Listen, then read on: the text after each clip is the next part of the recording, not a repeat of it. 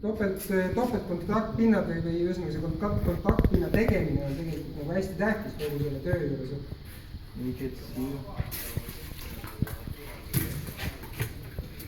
Et ta praegu pani lihtsalt sinna segu peale, keeras tüki tagurpidi, see segu kukub maha, et ta ei jää sinna peale seisma.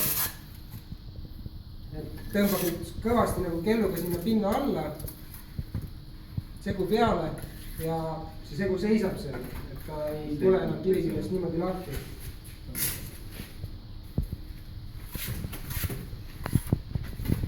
Das Besondere an HKM ist, ich kann ihn sehr dick bis 20 mm auftragen.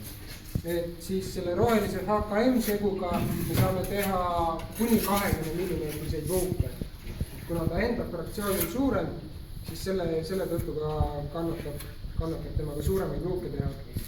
Das Besondere von beiden, die Ausdehnung, ist das same wie unser Schmorstein. Paisumine on üks nagu kiviga. Paisumiskaala on kividega mõlemad seguid tegelikult nii HKM-il kui Uniplussil sama. Viele andere Möbel, auch zum Beispiel HM, dehnt sich bei 500 Grad noch viel stärker. Ja, genau, ca. 500 Grad dehnt sich stärker aus. Et kuskil 500 kraadi juures teised segud nagu lasevad ennast lahti, et ei jää nagu sellist head kontakti jõudma.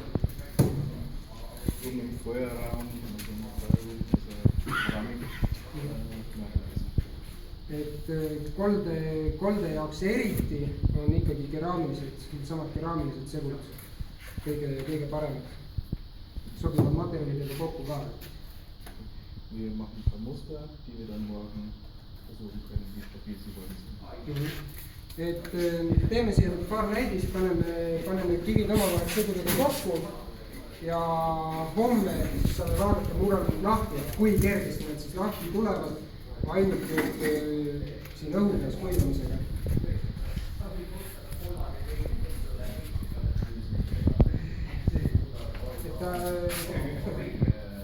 Tänab praegu, et ta teeb need kontaktid ära, paneb need tükid siia kuivama ja siis homme saame vaadata, et siis võime jätkata tööd praegu. Sul oligi seda